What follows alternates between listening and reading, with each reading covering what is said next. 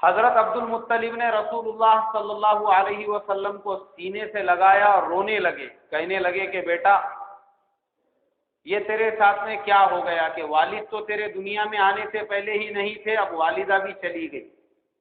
تو دادا نے اپنی کفالت میں رسول اللہ صلی اللہ علیہ وسلم کو لے لیا۔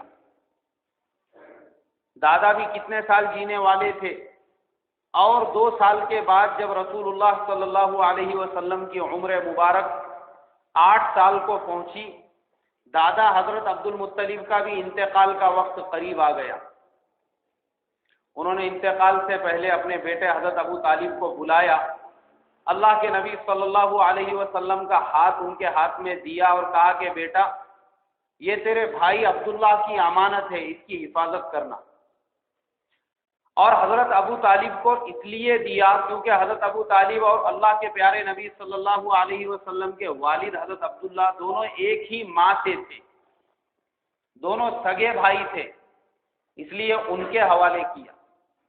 اور عبد المطلب کا بھی انتقال ہو گیا۔ رسول اللہ صلی اللہ علیہ وسلم فرماتے ہیں کہ جب میرے دادا حضرت عبد المطلب کا جنازہ اٹھا تو میں بھی ساتھ میں تھا۔